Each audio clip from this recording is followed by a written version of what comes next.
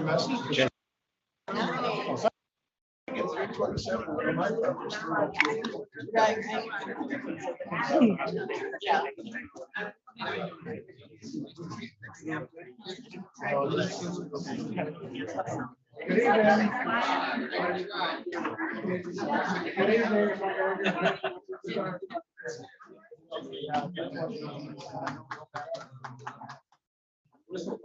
evening. Good evening. Have your attention. Thank you very much for being here this evening. My name is John Elkert. I'm the publisher at the Enterprise, and we're very, very happy that so many people turned out. We weren't sure what to expect, so this is wonderful. We have chairs. If there's more needed, we'll keep getting chairs out. So appreciate your patience. On May 3rd, there'll be a special recall election conducted for the District 3 Leelanau County Board of Directors, Board of Commission. Current District 3 Commissioner Board Chairman, Mr. Will Bunnick, the Republican, will face off against Democrat candidate, Mrs. Lois Bailey. According to Michigan law, the winner of the person with the most votes on May 3rd becomes the county commissioner. And they will fulfill that term that expires the end of December of this year. First of all, Mrs. Bailey, Chairman Bunnick, thank you so much for being here this evening. We really appreciate that. The goal for tonight is to allow the candidates to talk to you and give you information and explain why they think they are the best candidate and should be the commissioner in District 3. The format this evening is very simple. I'll ask a series of questions.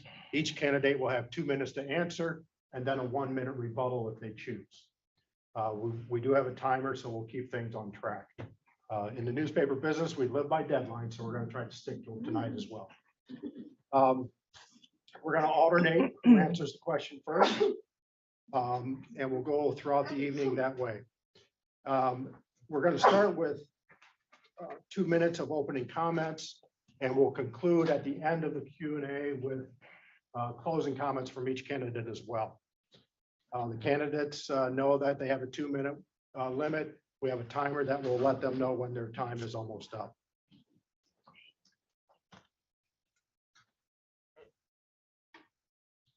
The way this is going to work is that all of you play an important role because we want you to respect the candidates, which means we don't want to have a lot of talking or clapping or yelling or giving any kind of feedback to the candidates. It's their time. This is not the night for your voices to be heard. The night for your voices to be heard is on May 3rd. So let's keep that in mind as we go through the evening. Before we started, the candidates drew numbers, and Chairman Bunnick drew the high number. So he's going to begin our evening with a 2-minute opening comments. Thank you, John, Amy, and the Leelanau Enterprise staff. And thank all of you for being here. I really appreciate this. I think this is great. As a lifelong county resident, I value our way of life as you do. My longstanding involvement in our community demonstrates my commitment to common sense, pro-life family values, limited government, and fiscal responsibility, as well as the rule of law. 7 times you have chosen me to represent you and the county board. I thank you for that support. I have done my job as a commissioner, and I'm doing the job you have elected me to do. 3 times the county commissioners have elected me to board chair. I believe this speaks to my leadership qualifications.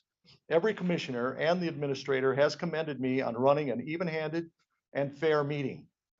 This is not an easy task, but I accept this responsibility knowing that I do my imperfect best.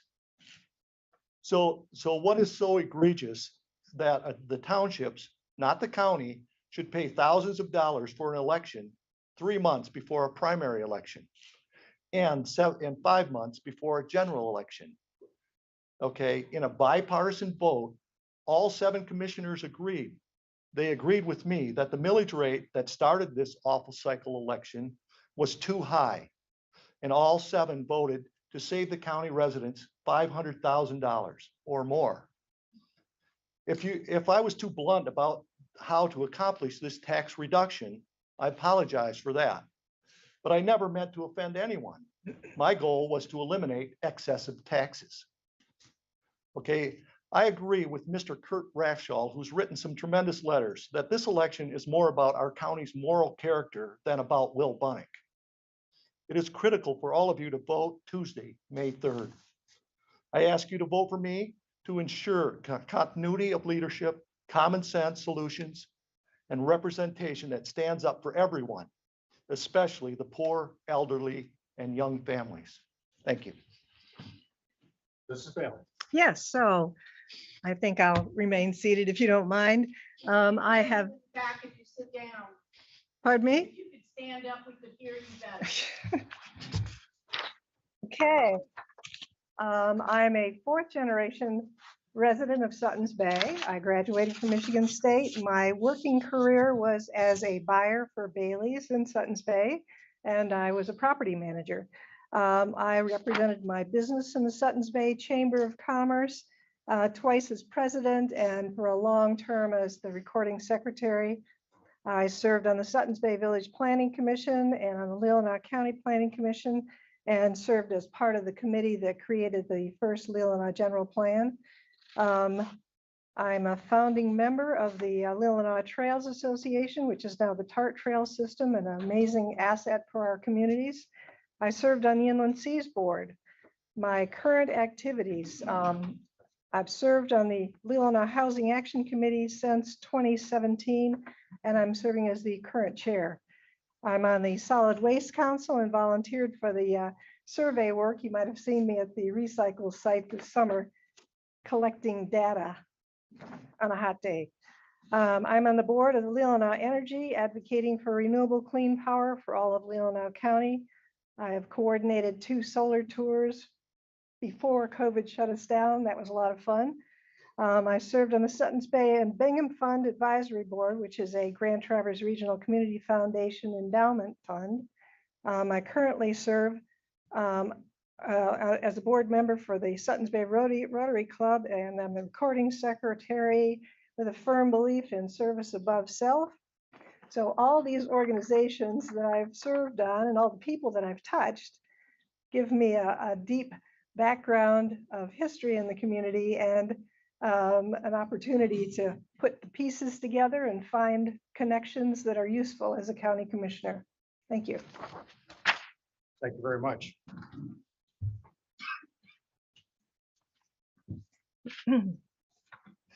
Alternating the questions, we'll start with Mrs. Bailey. First question, looking back over the last 2 years, what do you think has been the greatest accomplishment of the commission, and what do you think should have been done differently? Oh, the greatest accomplishment was probably getting us through the COVID crisis with the leadership of the health department. So we are the highest rate of vaccination in the state. I see. I'm as a Rotarian. As a Rotarian, I remember the polio epidemic in my generation. Without vaccines, we all would have been much different, you know, maybe permanently disabled by this. Okay, permanently disabled by this terrible disease. And now COVID is certainly a parallel in that same vein. I feel that it was, we were well led by Lisa Peacock in the health department, and it was certainly disturbing to have her be vilified as that in that role as a leader. Yes, just a sad thing to lose her leadership. Her decisions were based on factual data from the CDC, certainly data from school infection rates, hospital data, how many infections and how many people were in dire ill health at that hospital. So that was her leadership. I think that was probably the thing that got us through 2 years to where we are today. Thank you. Thank you. Chairman Bunny. Could you repeat the question, please? Sure. The question is, over the last 2 years, what do you think has been the greatest accomplishment of the commission, and what do you think should have been done differently? Well, I would look at it, I mean, the health department, that we're just the board of half of the board, half of the staff. So it's, yes, we closed down the government center, but to me, the greatest thing was to serve the people while everything was locked down, to make sure that everyone could come and do what they had to do for their business. And that we kept moving forward with it. The health department is not run by the commission. We are advising to it. In fact, Lisa Peacock made the decision without even consulting the health board or the commissioners. So I mean, to say that was our biggest accomplishment, it actually isn't even addressing what the commission does. What we did was we shut down the building, yet maintained it so everyone could get access. We maybe had to go out and get it. And I think that was probably the best thing. The thing I think we could have done is we could have opened up sooner. I think we let COVID create too much fear. And that was the part that bothered me, that we, by continually trying to say it's killing people when it really was mostly making them sick. I mean, I'm not trying to diminish how serious it was, but yet I believe the county could have opened once we got to 70%. We had hit the immunity threshold, and so we could have started opening up much sooner. And I wish we had, and that's because businesses have been tremendously hurt by it. And that, and especially in Sutton's Bay, I don't know if some of them are going to open up again. And that's all through the county. So I think that we really do have to consider that we probably should have moved a little quicker with what we did. Mrs. Bailey, you have 1 minute if you would like. Well, I obviously disagree, but that's just the way it is. So I don't know what else I could say, but I respected the health department and their efforts, and hated to see them vilified. Thank you. Everybody? Yeah, I would just reiterate, that's not what the county commission does. We had nothing to do with what the health department was doing. I mean, the fact is we were ignored, from what we did say. So to say that's the county commission's best effort is actually not even talking about the commission. Thank you. Chairman Bunnick, will start with this question. Everyone has personal beliefs, political, spiritual, religious, social, fiscal. How do you balance those deep personal beliefs with the duties and responsibilities of being a county commissioner when they may be in conflict? I'm not sure how your beliefs are going to be in conflict with the county commission. This country was founded on the Judeo-Christian principles. I mean, our Constitution was written with people who believed in that, and they set it up so that every religion can be practiced, that the government should not interfere with it. So my personal beliefs, I think, help me to guide myself with moral conviction to make things that are not. I don't believe in taking money from you as taxpayers and giving it to charities. That's one thing. I believe we as people ourselves have to give to charities, and that's what makes them strong and well. But to take it from you and then give it to charities I think is actually amoral, and we shouldn't be doing that. But we continue to do it because we get 4 votes. And to me, that's one of the fallacies of the commission in doing that. Charities are for giving charity. It's not for, to me, this is kind of reverse Robin Hood. You take from the poor and the elderly in taxes. Yes, it also comes from the rich, but they end up taking from the poor, the elderly, and young families, and then they decide what charities that this commission wants to give it to. And I've continually fought against that, but we still do it. And I think it's illegal, but nobody ever challenges it. Nobody takes it to court. Thank you. Mrs. Bailey? Well, that's an interesting take on taxation, because I always see that, putting taxes together, you can do something with greater benefit by merging smaller amounts of money. I serve on the Solid Waste Council, and that's kind of a strange way to compare it, but we have a $29 per household fee that once grouped together can haul away 2/3 of your waste from your house. Well, you couldn't negotiate that by yourself. You need government as a leader to work on things like this. That's a funny combination of things to talk about, but anyway, that's sort of where I come from. As a Rotarian, I live by the qualities of generous giving and support the philanthropies that there are so many of them. I sit on foundations, served on nonprofits. So thank you very much. Chairman Bunnick, a minute? Yeah, I don't, I agree, when something that people can't do on their own, the government can do it. And so I would agree with her about the solid waste and recycling. But to me, that's not a moral issue. But I think the question was asking morals and prayer and things that involve your background and how you think. And that's what I was talking about. I mean, you need to have a strong moral principles and background in order to do this, in order to be a commissioner and to, I work for the people, not for myself. I work for my children and my grandchildren, not for me. If it was just for me, I probably wouldn't do this. Mrs. Bailey, 1 minute. Well, I fully agree that it's not for yourself, but yes, we probably have a different philosophy of what religion would do in your life. And I still believe I have a strong moral character, and I'm happy to be a service to the community. So thank you. Okay, the next question, we'll start with Mrs. Bailey. When the public votes on an issue in a manner you do not agree with, how does that affect your handling of that issue as a commissioner? And do you think there's ever a situation where the commission should overturn that vote? Well, that's the reason we're here, because of Mr. Bunnick's comments on September 14th. You kind of hit it on the head. So he stated that he felt that it was his duty to overturn a vote of the people if he didn't agree with it. I certainly don't agree with that stand at all. And so, yes, if the people, the majority of the people vote for an issue, I will support that vote. And that's the way it should be.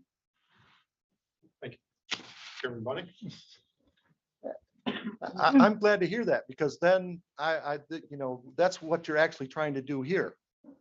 You're actually trying to overturn the vote of the people. They voted for me in 2020, and I was elected by a general vote. Now you're trying to have a special vote to overturn that vote. Yet you say you don't think people should do that. I mean, it's amazing to me that there's a hypocrisy here that is just amazing, that people will go out and say, you shouldn't say that. Did I do it? I didn't do it. No, we compromised, and I stated that right in the beginning, and everyone agreed that there was excessive taxes. And the commissioners have the authority to reduce taxes. I was talking about the commissioner's vote. That's a public vote. And what, in 2019, the commissioners voted 4-3 to set the millage at 2.58 or whatever it was. All I wanted to do is reduce it because we had $457,000 in the bank, and they were only spending $150,000 a year. They had 3 years supply of money. So why would I want to tax you another $750,000 when they had 3 years supply of money? Bingo. So so that's what I was talking about. And the public, every commission has a public vote. And I have to say, when I looked at the tape, yes, with the way Commissioner Allgaier stated the question, I would say, yes, I can see how you could take it. It was a public vote of the people. But I wasn't talking about that. We were talking in the commission. It was a commission meeting, and we were talking specifically about the vote of the commissioners. And it was a 4-3 vote. And this time it was a 4-3 vote. And we needed to reduce the taxes, and we did. Mrs. Bailey? So I can certainly supply the link to that meeting where Mr. Bunnick suggested that we should zero out the millage for the budget for the early childhood program. And he stated that his reasons for doing that was he thought that the vote was an error and that he had a moral duty to overturn that vote. And that's what set the whole ball in rolling, and that's why we're here. So there you go. Thank you. Do I get a 1 minute, yes, I'm sorry. Well, and I say again, so if you're opposed to overturning an election, which is what they're saying that I did, this is what she's trying to do, overturn an election, from 2020. So I mean, to me, I'm a little baffled by this, that they go out and say, we don't think anybody should say that. And I didn't do it, but yet they want to do the thing. I mean, and I have the unaudited budget right now. They have over $750,000. I should read it here. They've got $725,000 right now in the bank, and their budget is supposed to be 583. So, and we still got tax money coming in. So, I mean, they're going to have double what they need again, and they're not spending that much anyway. So what we did was right, but somehow I'm a bad guy because I did what was right and did what we could legally do. Thank you. Each year, the commission establishes goals. Do you think that's an important process? And if so, and goals are established, how often should they be reviewed to ensure they're still relevant and progress is being made to accomplish them? Mr. Bunnick. I mean, every year we set goals, and there's always this year was probably the easiest we've ever had in setting the goals. And if you look at our accomplishments, we try to fulfill them. Many times our goal has been balancing the budget, and I'd say we've been perfect at that. We constantly adjust as things come up that we have to do. And, so this year they gave us $4.2 million, and just trying to get that figured out, how we're going to spend it it's been quite an accomplishment, but we're way ahead than any other county in trying to figure this out and do it right. So we set goals, we try to achieve them. We don't always. And we do flex off as things happen, just as we did, as she talked about COVID. That changed a lot. So we keep trying and we do our best, but it's only a part-time job. They make it full-time.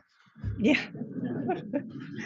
Mrs. Bailey. So I think one of the goals that seems to always be carried from year to year is fiscal responsibility. And with that in mind, it's hard to imagine adding 2 new departments to the county governmental units at a cost of $200,000 to $250,000 a year.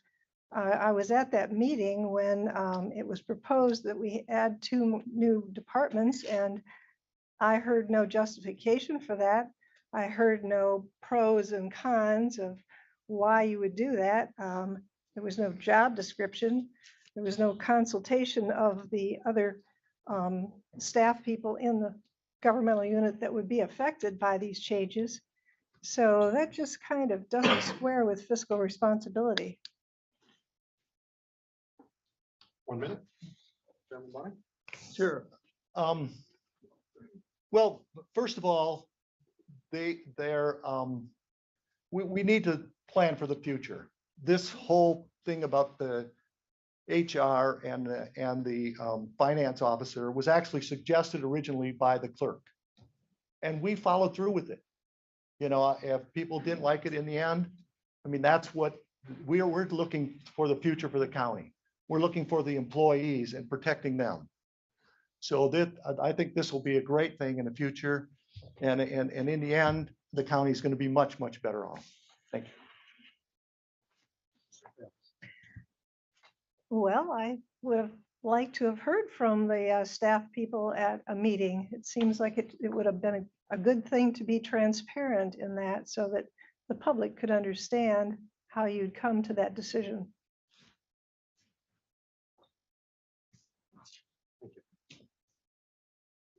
Mrs. Bailey, this question will go to you first. And it really dovetails right onto what you were talking about, so you may not need the full time, but the commission recently established a finance department and is looking to create a human resources department. Do you agree that creating two new departments is necessary? And do you think the proper process was followed in creating these departments? Well, I don't want to repeat myself, but I don't think it was followed. So, and they're still struggling with what exactly the HR department would be tasked with doing, or is it even necessary to have a full-time HR department? So it seems a little backward, that some of these decisions and this process should have happened ahead of the proposing or voting to actually create the two departments. Everybody? Yes, I would say that we did this, but we didn't raise the taxes. That's people think about this. This was built right into our budget. We aren't paying any more taxes. In fact, we have reduced taxes twice in the last year. So think about this. We're able to add two departments that are going to make us better off and ready for the future and help all of our employees feel much more secure. And then we actually lowered the taxes. So, that to me is what we're trying to do. If you have fiscal responsibility, if you pay your bills, you don't add things that you don't need, but when you need them, you put them in place, and you don't have to raise the taxes, you actually can lower them. I think that's the way to do it, and I think that's what being a Republican is all about. Mrs. Bailey, 1 minute if you'd like.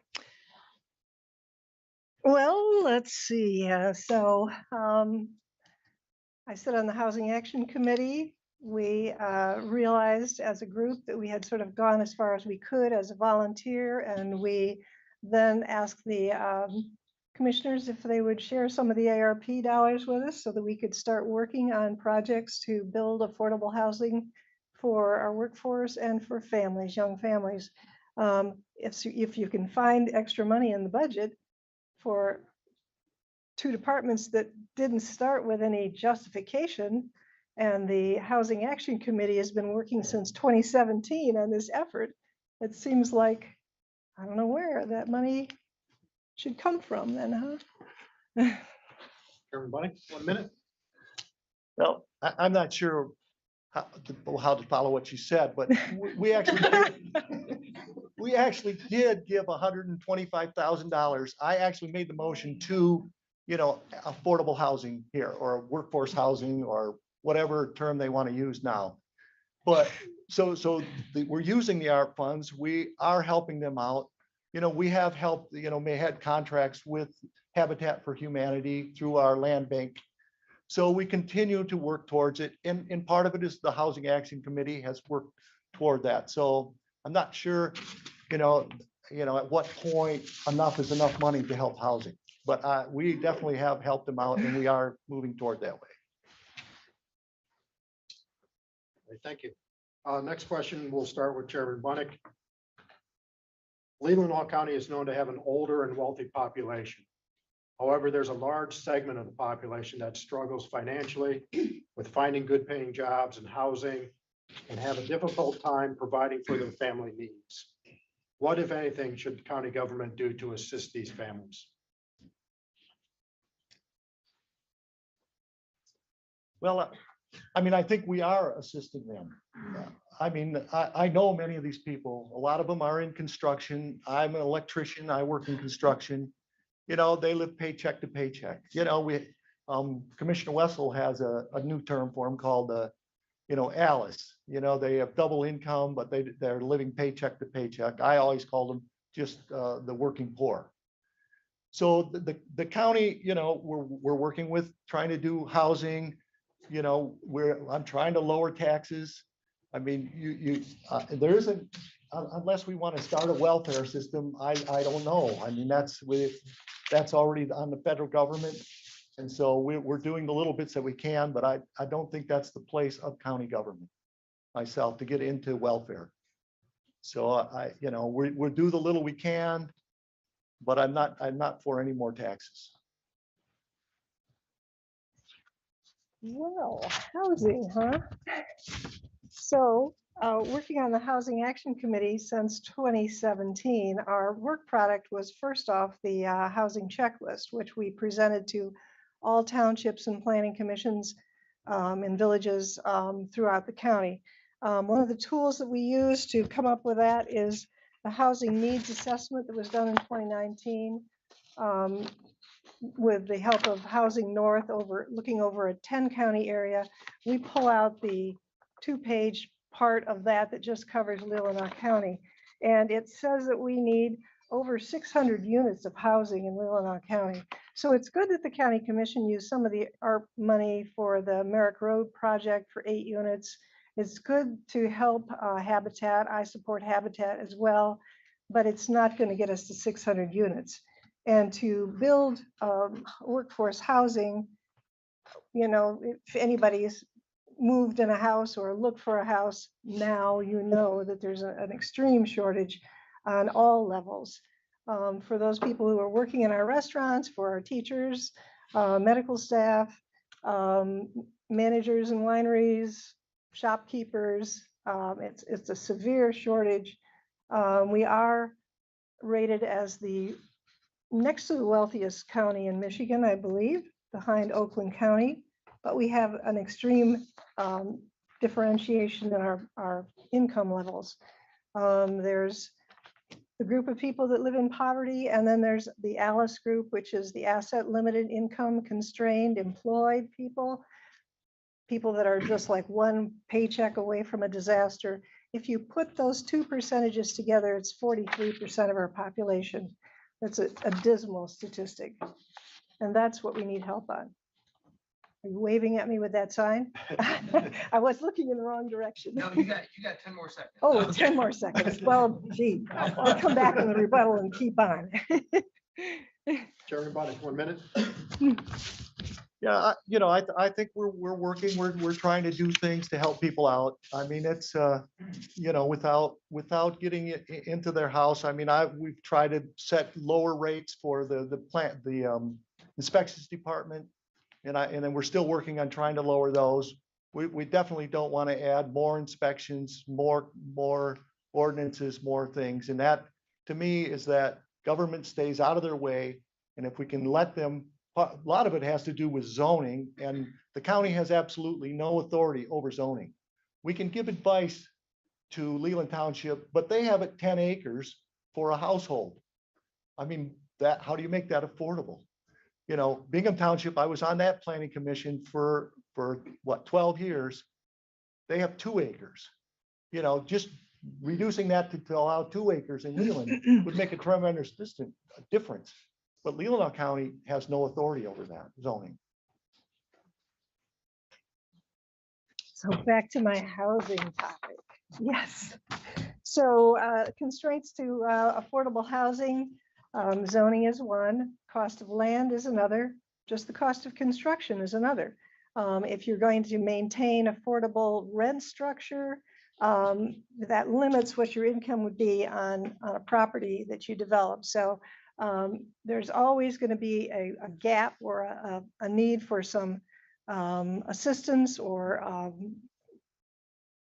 philanthropy to fill that gap to build affordable housing, and that's what we need help with. Thank you. Next question, we'll start with Mrs. Bailey. With the current county administrator retiring at the end of the year, what are the qualities you will look for in finding a new county administrator? Well, they got around to the best question at the last meeting when they asked Chet to describe his job, because Chet Janik has done an amazing job, and I will be very sorry to see him go. So that's where I'd start. Yes, a well-balanced person who is calm and understands the mechanics of running this complex amount of buildings, works well with the people that as I have witnessed it, and is well respected. Thank you. Chairman Bonick. Yeah. Well, I've worked with Chet for the last 6 years as the chairman of the board. And she's right. He's just a tremendous, tremendous administrator. So that's, we have to look for someone with experience, someone with an honest, straightforward, transparent type of personality. I mean, we need to find someone who is, I would say gregarious is a good thing, has a good sense of humor. And Chet has all of those things. I mean, it's gonna be hard to replace him. I agree. And that's why I think myself, as having the experience, having dealt with him, having been here for, 14 or 13 and a half years, would help in leading the board to get a great new administrator. I've already had people calling me and telling me, and I'm sending them to Chet that wanted to be administrators here. So I think it's for continuity, for experience, for having worked with Chet to be able to get the right person here to run Leelanau County again. I think it's critical that I stay in the office. Thank you. 1 minute. Yes, so like a lot of things that tie to housing, you have to be careful about how far away you throw that net to try to find candidates, because like schools trying to hire music department people, the librarian in Northport, wonderful candidates show up and they can't find any housing, and so they don't take the job. So housing is a key. Maybe buy the house first, then try to find the administrator. Chairman Bunnick, 1 minute. Yeah, I think it's a high enough and well enough paid that he will be able to find housing. I don't think it's as dire as that, though I know it is pretty bad. Thank you. Are you running? No comment. Just 1 bedroom. Okay, next question goes to Chairman Bunnick. First, as the popularity of Leelanau County grows, both in tourism and new homes being built, what, if anything, should the county do to protect our water resources from human and invasive species impact? I think, that water is critical around here. In fact, we all know it is. That the county does testing every year. We have found that it's getting cleaner every year as we go, as they test it through the conservancy is doing the testing for us. And it also goes through the conservation district. So I think most of it's because of the quagga mussels and the zebra mussels that are in the water actually cleaning it. So, but we do have the problem with invasive species, and that's really what we have to look at, right? I mean, we had a tremendous thing about milfoil this last, last May. And so those are the kinds of things we have to make sure that don't get into our lake, that the county does what it can to help out. And I think we were willing to actually put that board in place until someone came forward to start a foundation, which I think was a much, much better solution. So the county's willing to step in, it's willing to help out when it needs it. I don't think we want to go out and start forcing things on people, though. So back to another one of my favorite subjects. In 1994, I sat on a subcommittee of the County Planning Commission, along with, he wasn't my husband at that time, with Larry Mobby and with Margot Powers. And we were tasked with, making a recommendation on wells and on septic tank inspections. And our recommendation was that we should have an on-site septic inspection at sale. And it was I think, defined as being too onerous, and so we shouldn't do it. But now development along our shorelines has gotten ever more dense. High water on the big lake, of course, threatens some of our shoreline properties, and we should be watching these issues before it's easier to mediate a problem before it becomes a problem than to try to clean it up. So we need septic inspections, and where was I going? Oh, the other thing is that these short-term rentals increase the usage on some of these small cottages along the shoreline that have been there for many years, but suddenly you have a much heavier use rate on an existing septic tank. So again, an opportunity for pollution into our waterways. So then there's the issue of the invasive species. That's another thing that we've touched on, and I think a lot of that may be tied to our changing climate. When you talk to any of the foresters about our trees dying because certain pests or fungi are becoming more adapted to our climate, it's just worrisome, and we need to be watching it. Could you repeat what you said about short-term rentals? Short-term rentals increase the density of use on an old shoreline cottage. And so therefore we should be watching that use on that septic tank and drain field. Chairman Bunnick, 1 minute. Yeah, that's always, to me, that's always the solution that they bring up is septic tank inspection. That's just gonna add more expense and because it's gonna do septics and wells. Mhm. We have found that our water's getting cleaner, that this is not necessary. You know, and our health department is doing a tremendous job. Everybody now gets their well, their septic and their well. You have to have it all tested before you build. You know, and there's just no way. And we're doing a pilot program in which we're having all of the septics and the wells around every lake, you know, what would you call it, mapped. And so we know what's going on and where they are. And we're trying to do the old wells as well that have been abandoned. So that's in process. They have a Little Traverse Lake done at this time. And we're working now on Glen Lake. So but it just takes time. 1 minute.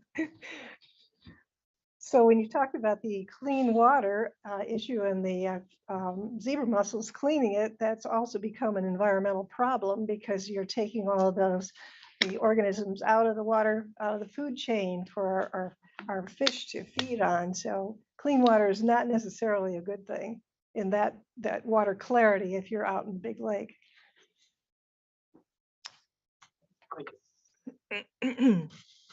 Next question starts with Mrs. Bailey. What are the top challenges facing the Board of Commission in the upcoming 2 years?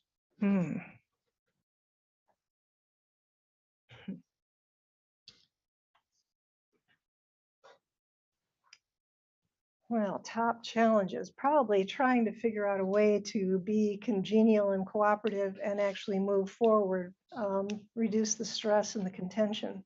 It seems like there have been issues that the leadership is not leading us to a congenial board, and it's difficult to watch. So I would hope that could change. Chairman Bunnick. I'd say number one is the county administrator. We really need, it's going to be a big effort to get a person to replace Chet Janik. That as well as, how we're going to get broadband throughout the county. That's one of our major things that we're moving forward. We've committed ourselves to spending $5 million and we only really have 3.2. So coming up with the other 1.8 million is going to be a difficult thing for the county at this time. So, I mean, that and the administrator are, to me, extremely, there are things that we have committed to that we have to fulfill. So on top of that, there's still almost another $1 million that has to be allocated out. And when we've been working at it since, I don't know what, May, and we've had all these reports about 120, I think, different emails and reports and requests for items that we've gone through. I'm not sure how many Ms. Bailey has looked at, but I've looked at least every one of them, and we've gotten in several more since then. So there's a lot of work to be done, but it's all important. There's hardly anything, and of course, we got to balance the budget. We'll have that and get these two new departments up and running and going well. I mean, so I think those are things that are critical to the county. And of course, the inspections department, I think, is something that is dear to me because I've worked with it all the time. And to make sure that we're trying to get them so they have 1 year of money worth of inspections in the bank. And they're nearing that. And once they get to that, then we can start cutting permits so that it makes it a little cheaper, a little easier to keep building. So we're working hard, but there is a lot to do. 1 minute. Well, I think I agree with him on some things, broadband being number one, housing being number two, early childhood being number three, in important aspects. And certainly finding a quality administrator to replace Chet Janik will be a challenge. 1 minute. I'm fine.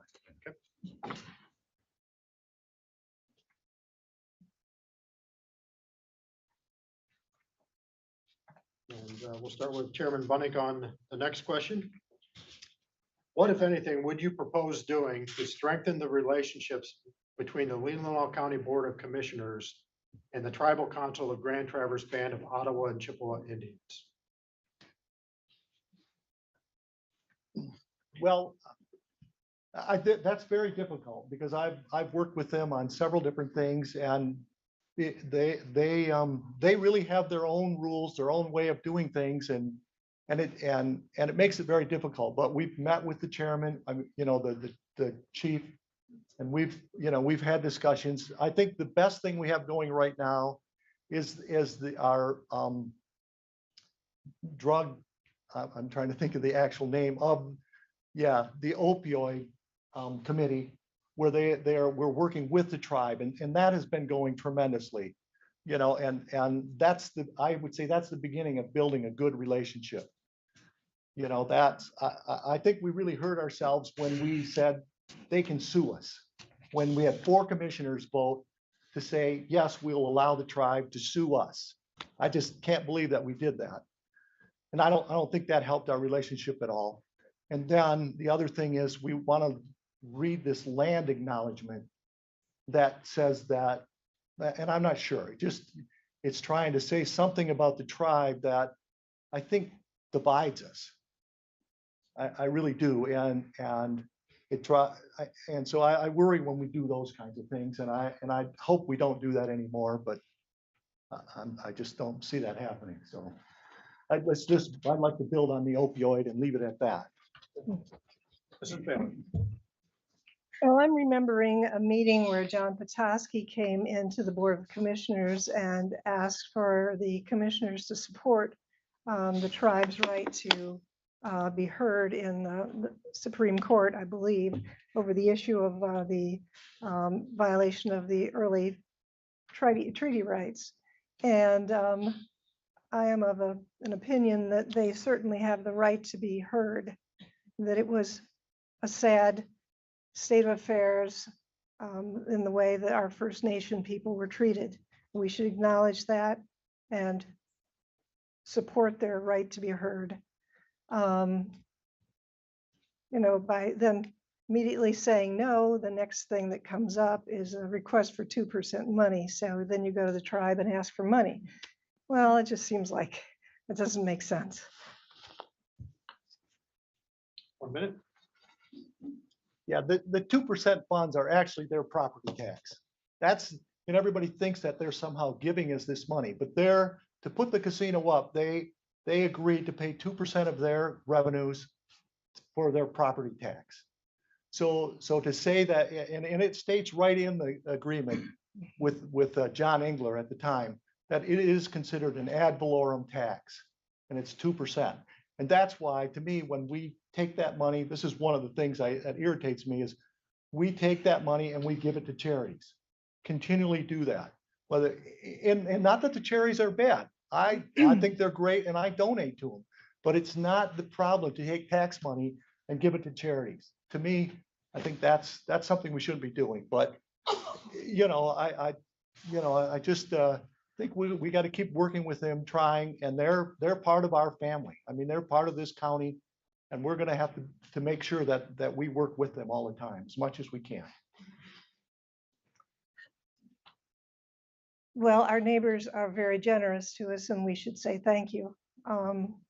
Many people don't know that the recycle site at Shelby Town is not, they don't charge a fee to the county for that site where we pay a fee to all the other sites. And the 2% money, they have a choice of where it's going to go. And so we got a $10,000 award for tire recycling. So we're out planning to pick up large piles of tires that have accumulated in barns, and a $6,000 award from the 2% money to add mattress recycling. And these are maybe small, insignificant things, but they're important and we should say thank you.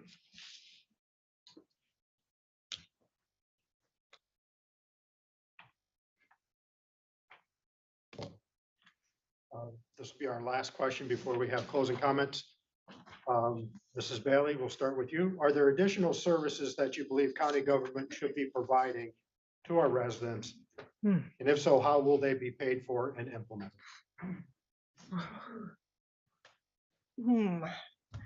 Well, since I haven't got the inside on everything, but at least I'm very close to housing. And when we realized that we'd gone as far as we could go as a volunteer group, we suggested that we have a housing director, and this would be a staff person hired by Housing North. So we would be contracting for staff for this person. We know that our small communities are very short-staffed when it comes to a zoning administrator that would work, or a planner that would work on zoning changes that are needed for housing. So if we had a staff person that was available for all of the county to augment some of their shortages, we might get further on zoning changes. This person would also be available to work with a land bank, work with developers. And the model that we use is the housing director that's hired for Charlotte County. So we've seen a lot of him and we're impressed with his efforts and availability. So that's what I need. Yes, I mean, if there's a need, I will try to make sure that the county does it. I'm not for expanding government. You notice she talks about adding a person on, but doesn't ever say how you're going to pay for it. So that always seems to get lost in how things are going to get paid. It just gets added on. So that's why I'm for trying to reduce the taxes, keep the government limited, and hopefully we can still get more young families in here. I think if we add more programs, add more taxes, we're making sure that the young families cannot move in here. I have a son right now that wants to move to Leelanau County from Lansing, and looking for a home for him is difficult. But I would say that if we could go from 10 acres to 2, or even to 1 acre in some residential areas, we could, you make more land available, it becomes cheaper. That's really the truth of it. So, I mean, those are the things that we need to look at. If you want more houses, we've got to make our land cheaper. That's really it. 1 minute. Well, one of the ways to make housing or land cheaper is working with a land bank and even perhaps a community land trust like Peninsula Housing. So you'd have somebody that would buy the property underneath the house and maintain it in an affordable state in perpetuity. Whereas some of the programs through Habitat have a limitation on how long that home stays affordable. And if you reach the end of that period, like 15 years, it can be turned over and go into market rate homes unless you buy it back. So that's a problem and we need a way to solve it. Everybody. I'm 1 minute. You're good. Okay. Keeping on schedule, that will conclude the question and answers. So each candidate now will have 2 minutes for closing comments. And as Chairman Bunnick went first with the opening comments, Mrs. Bailey, you go first with the closing comments. Well, it's simply to remind everyone, the reason we're here is not me, but for the remarks that Mr. Bunnick made in that September 14th meeting. And I would hope you would take the time to listen to exactly what he said about overruling a vote of the public. It's the duty of county commissioner to include honest communication to constituents, support the outcome of votes, speak in a collective voice, support decisions made by the BOC and residents. And that's in the nutshell right there. I thanks for your time and attention and listening to me struggle to try to make sense of the whole issue. I'm going to be at Bayside Coffee this Saturday from 10 to 12. So come in for a cup of coffee and ask me another question. And otherwise, just say hi. Thank you. Everybody. Yeah, I would just say, I'm glad you brought that up again, because I just, like you to think about that. I said, yes, the commissioners can put the millage to zero. And that really was just for 1 year. That's what we're talking about. And, I was asked the question, so can you do that? Can you nullify it? And I said, exactly. Now the Democrats are doing exactly the same thing for the public vote, but we didn't do it. We just reduced it 20%. But now the Democrats want to do exactly what they're accusing me of. It's such a typical, to me, thing that they do. They accuse you of what they're doing. I've been accused of violating the Open Meetings Act. I don't know what, 4 times in the last 3-4 months. And then actually one time after he got all the information, he came back and apologized because he realized that, these accusations are just not true. And it makes me wonder, are people doing exactly what they're trying to accuse me of? So, and in this case, I'd say, yes, that's exactly what they're doing. But it had something different as a summary. So I don't know if I get enough time, but. Okay, so I'd like to point out what the commissioners have accomplished in the last year, okay? And right now, and I mentioned this earlier, we have solicited citizens' input and are allocating $4.2 million. That's of the American Rescue Plan. We are in the final stages of putting up a new tower here at the government center for 911, cell phone, and wireless internet services. We've just completed reducing all, well, not all, but most of our liabilities at the airport, because we own half of the Grand Traverse or the Cherry Capital Airport. So we've made that an authority so that we aren't liable for it anymore. We've recently added a care coordinator, a nurse, an aging well resource coordinator at senior services. Oh, sorry. That's okay. But anyway, so we're working together. And I'd say 90 to 95% of our votes are 7-0. Yes, we do agree, and we agree strongly when we disagree. But 95% of it is we agree. Thank you. Sorry. That concludes the forum for this evening. Thank you so much, Mrs. Bailey, Chairman Bunnick, for being here. Thank you to all of you. I appreciate and thank you for your patience and understanding and civility and letting them speak this evening. So I appreciate that greatly. Most importantly, I encourage you to vote not only on May 3rd, but in all elections. It's critical that everyone votes that can vote to get our representatives elected. At the Enterprise, we'll continue covering not only this election, but future elections and keep you informed of what's going on in the community. And I ask you not to clap or respond, but I think this is the time to thank our 2 candidates for being here.